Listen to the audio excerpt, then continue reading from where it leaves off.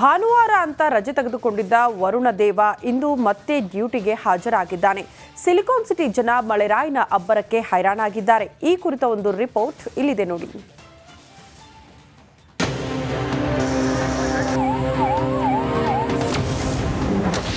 Silicon ಸಿಟಿಯಲ್ಲಿ ಮತ್ತೆ ಮಳೆ ಅವಾಂತರ. ಕಾರ್ ಮೇಲೆ ಬಿದ್ದ ಮರ, ಕೆರೆಯಂತಾದ ರಸ್ತೆಗಳು.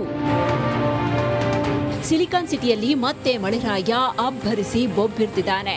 ಮಳೆ ಅವಾಂತರಕ್ಕೆ ಬೆಂಗಳೂರಿನಲ್ಲಿ ಸಾಲು ಸಾಲು ಅವಾಂತರ ಸೃಷ್ಟಿಯಾಗಿದೆ. ಅವಾಂತರ ನಂಬರ್ 1, ಪದ್ಮನಾಭನಗರ.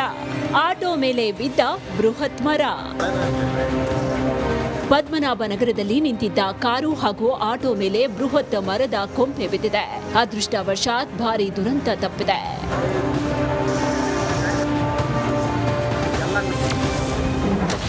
ಅವಾಂತರ ನಂಬರ್ 2, ಸಂಜಯ್ ನಗರ.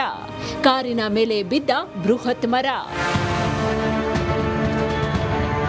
ಸಂಜಯ್ ನಗರದಲ್ಲಿ ಕಾರಿನ ಮೇಲೆ ಬೃಹತ್ ಮರ ಬಿದ್ದ ಪರಿಣಾಮ ಕಾರು ಸಂಪೂರ್ಣ ಜಖಂಗೊಂಡಿದೆ.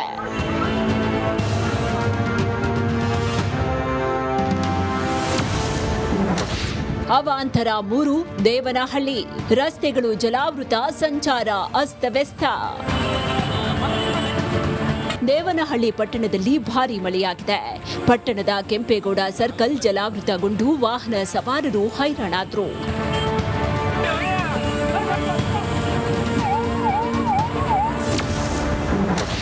ಅವಾಂತರ 4, ಹೆಬ್ಬಾಳ.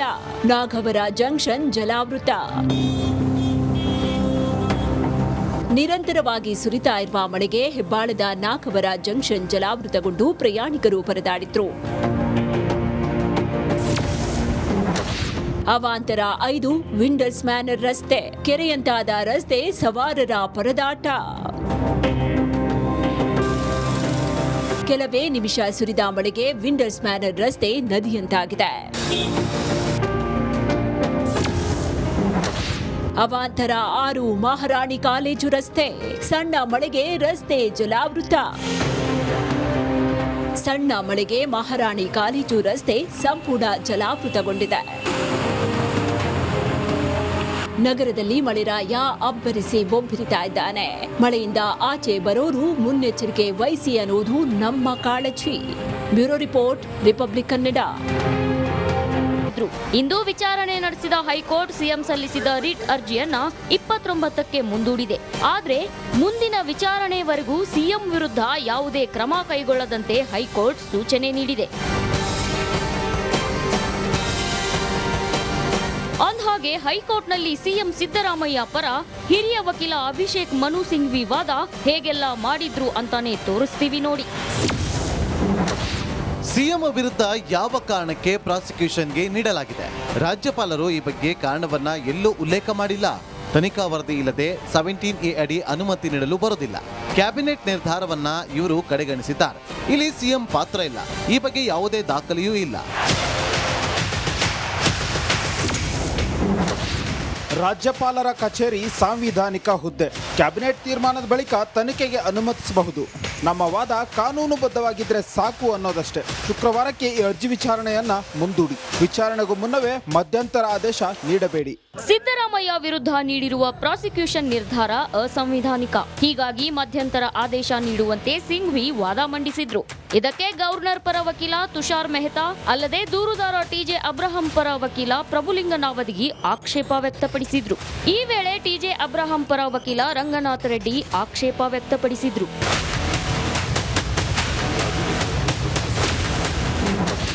ರಂಗನಾಥ್ ರೆಡ್ಡಿ ವಾದ: ಸಿಎಂ ಸೇರಿ ಎಲ್ಲ ಆರೋಪಿಗಳು ದಾಖಲೆಗಳನ್ನ ತಿರುಚಿದ್ದಾರೆ. ಇದಕ್ಕೆ ನ್ಯಾಯಮೂರ್ತಿ ಪ್ರಶ್ನೆ ಮಾಡಿದ್ರು.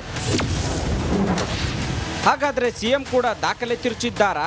ರಂಗನಾಥ್ ರೆಡ್ಡಿ ವಾದ: ಅವರು ಈ ಸಂಚಿನಲ್ಲಿ ಇದ್ದಾರೆ. ಬಳಿಕ ಸ್ನೇಹಮಯಿ ಕೃಷ್ಣ ಪರ ವಕೀಲೆ ಲಕ್ಷ್ಮೀ ಅಯ್ಯಂಗಾರ್ ಕೂಡ ವಾದ ಮಂಡಿಸಿದ್ರು. ಪ್ರಕರಣವನ್ನ ಮುಂದೂಡುವಂತೆ ಕೇಳುತ್ತಿದ್ದೇವೆ, ಆದರೆ ಮಧ್ಯಂತರ ಆದೇಶವನ್ನ ನೀಡಬೇಡಿ. ಎಲ್ಲಾ ಪ್ರತಿವಾದವನ್ನ ಆಲಿಸಿದ ಹೈಕೋರ್ಟ್ ಆಗಸ್ಟ್ 29ಕ್ಕೆ ವಿಚಾರಣೆ ಮುಂದೂಡಿದೆ. ಆಗಸ್ಟ್ 29ಕ್ಕೆ ವಿಚಾರಣೆಯನ್ನು ಮುಂದೂಡಲಾಗಿದೆ.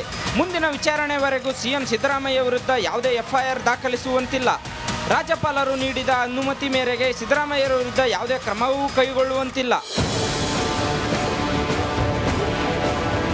ಸದ್ಯಕ್ಕೆ ಆಗಸ್ಟ್ 29ರವರೆಗೂ CM Siddaramaiah safe safe safe. Nagaraj, crime bureau, republic Kannada.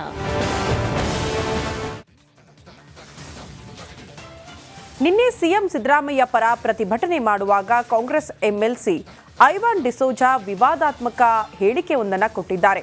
ಅದೇನು ಈ ಸ್ಟೋರಿ ನೋಡಿ.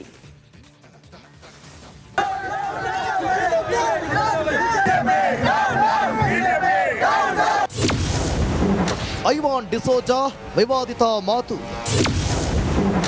ಕ್ಷಮೆ ಕೇಳೋವರೆಗೂ ಬಿಡಲ್ಲ ರಿಪಬ್ಲಿಕ್ ಕನ್ನಡ. ಕೂಡಲೇ ಗವರ್ನರ್ ಅವರು ಹಿಂದಕ್ಕೆ ಹೋಗಬೇಕು ಮತ್ತು ಹೋಗದೇ ಇದ್ದರೆ ಯಾವ ರೀತಿ ಬಾಂಗ್ಲಾದೇಶದಲ್ಲಿ ಆಯಿತೋ ಅದೇ ರೀತಿ ಗವರ್ನರ್ ಆಫೀಸಿಗೆ, ಗವರ್ನರ್ ಮನೆಗೆ ನುಗ್ಗತಕ್ಕಂಥ ಕೆಲಸ ನಾವು ಕಾಂಗ್ರೆಸ್ನ ಕಾರ್ಯಕರ್ತರು ಮಾಡಬೇಕಾಗ್ತದೆ. ಕೇಳಿದ್ರಲ್ಲ, ಇದು ಕಾಂಗ್ರೆಸ್ ಎಂಎಲ್ಸಿ ಐವಾನ್ ಡಿಸೋಜಾ ಮಾತನಾಡಿದ್ದು. ಮೂಡಾ ಕೇಸ್ನಲ್ಲಿ ಸಿಎಂ ಸಿದ್ದರಾಮಯ್ಯ ವಿರುದ್ಧ ಪ್ರಾಸಿಕ್ಯೂಷನ್ಗೆ ರಾಜ್ಯಪಾಲರು ಅನುಮತಿ ನೀಡಿದ್ದನ್ನು ವಿರೋಧಿಸಿ ನಿನ್ನೆ ಕಾಂಗ್ರೆಸ್ ನಾಯಕರು ಪ್ರತಿಭಟನೆ ಮಾಡಿದರು. ಈ ವೇಳೆ ಐವಾನ್ ಡಿಸೋಜಾ ತಮ್ಮ ಮಾತಿನ ಎಲ್ಲೆ ಮೀರಿ ಹೇಳಿದ ಮಾತಿದು. ಕೂಡಲೇ ಗವರ್ನರ್ ಅವರು ಹಿಂದಕ್ಕೆ ಹೋಗಬೇಕು ಮತ್ತು ಹೋಗದೇ ಇದ್ದರೆ ಯಾವ ರೀತಿ ಬಾಂಗ್ಲಾದೇಶದಲ್ಲಿ ಆಯಿತೋ ಅದೇ ರೀತಿ ಗವರ್ನರ್ ಆಫೀಸಿಗೆ, ಗವರ್ನರ್ ಮನೆಗೆ ನುಗ್ಗತಕ್ಕಂಥ ಕೆಲಸ ನಾವು ಕಾಂಗ್ರೆಸ್ನ ಕಾರ್ಯಕರ್ತರು ಮಾಡಬೇಕಾಗ್ತದೆ. ನಿಮ್ಮ ಹೇಳಿಕೆ ವಾಪಸ್ ಪಡೆಯಿರಿ ದೇಶಪಾಂಡೆ. ಇನ್ನು ಕಾಂಗ್ರೆಸ್ ಎಂಎಲ್ಸಿ ಐವಾನ್ ಡಿಸೋಜಾ ವಿವಾದಿತ ಹೇಳಿಕೆಗೆ ಅದೇ ಪಕ್ಷದ ಹಿರಿಯ ನಾಯಕ ದೇಶಪಾಂಡೆ ಕಿಡಿಕಾರಿದ್ದಾರೆ. ಜವಾಬ್ದಾರಿಯುತ ಸ್ಥಾನದಲ್ಲಿದ್ದು ಬೇರೆ ದೇಶದ ಹೆಸರು ಹೇಳಿದ್ದು ತಪ್ಪು ಅಂದರು. ಅವರ ಹೇಳಿಕೆ ಬಗ್ಗೆ ಅವರೇ ಪೂರ್ವ ವಿಚಾರ ಮಾಡಬೇಕು. ಅವ್ರು ಭಾಳ ವಿದ್ವಾನ್ರದಾರೆ, ಒಳ್ಳೆಯವರಿದ್ದಾರೆ, ಒಳ್ಳೆ ಮಾತುಗಾರರು. ಹಾಗಾಗಿ ಅವ್ರು ಹೇಳಿದ್ದು ಸರಿ, ಅದು ತಪ್ಪು. ನನ್ನ ದೃಷ್ಟಿಯಿಂದ ಸರಿಯಲ್ಲ. ಅವ್ರ ದೃಷ್ಟಿಯಿಂದ ಸರಿ ಇಲ್ಲ ಆದರೆ ಆ ಮಾತಿನಲ್ಲಿ ಸುಧಾರಣೆ ಮಾಡಿ ಬೇರೆ ರೀತಿಯ ಸ್ಟೇಟ್ಮೆಂಟ್ ಅವರು ಕೊಡಬೇಕು. ಇನ್ನು ಕಾಂಗ್ರೆಸ್ ಎಂಎಲ್ಸಿ ವಿರುದ್ಧ ಮಂಗಳೂರಲ್ಲಿ ಬಿಜೆಪಿ ನಿಯೋಗ ದೂರು ನೀಡಿದೆ. ಐವಾನ್ ಡಿಸೋಜಾ ಮೇಲೆ ಎಫ್ಐಆರ್ ದಾಖಲಿಸಲು ಒತ್ತಾಯವನ್ನು ಮಾಡಿದ್ದಾರೆ.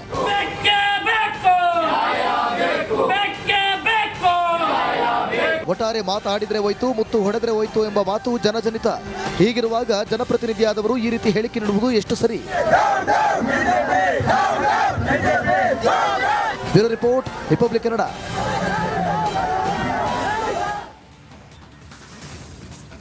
ಒಂದು ಸರ್ಕಾರ ತರೋದಕ್ಕೂ ಒಂದು ಸರ್ಕಾರ ಬೀಳಿಸುವುದಕ್ಕೂ ಹೋರಾಟನೇ ಅತಿ ಮುಖ್ಯವಾಗುತ್ತೆ. ಅದೇ ರೀತಿ ಕರ್ನಾಟಕದಲ್ಲಿ ನಡೆದ ಇಬ್ಬರು ದಿಗ್ಗಜರ ವಿರುದ್ಧದ ಪಾದಯಾತ್ರೆಗೆ ರಾಜ್ಯ ರಾಜಕಾರಣದಲ್ಲಿ ಬಿರುಗಾಳಿ ಎಬ್ಬಿಸ್ಬಿಟ್ಟಿದೆ. ಅದ್ಯಾವುದು ಅಂತೀರಾ? ಈ ವರದಿ ನೋಡಿ.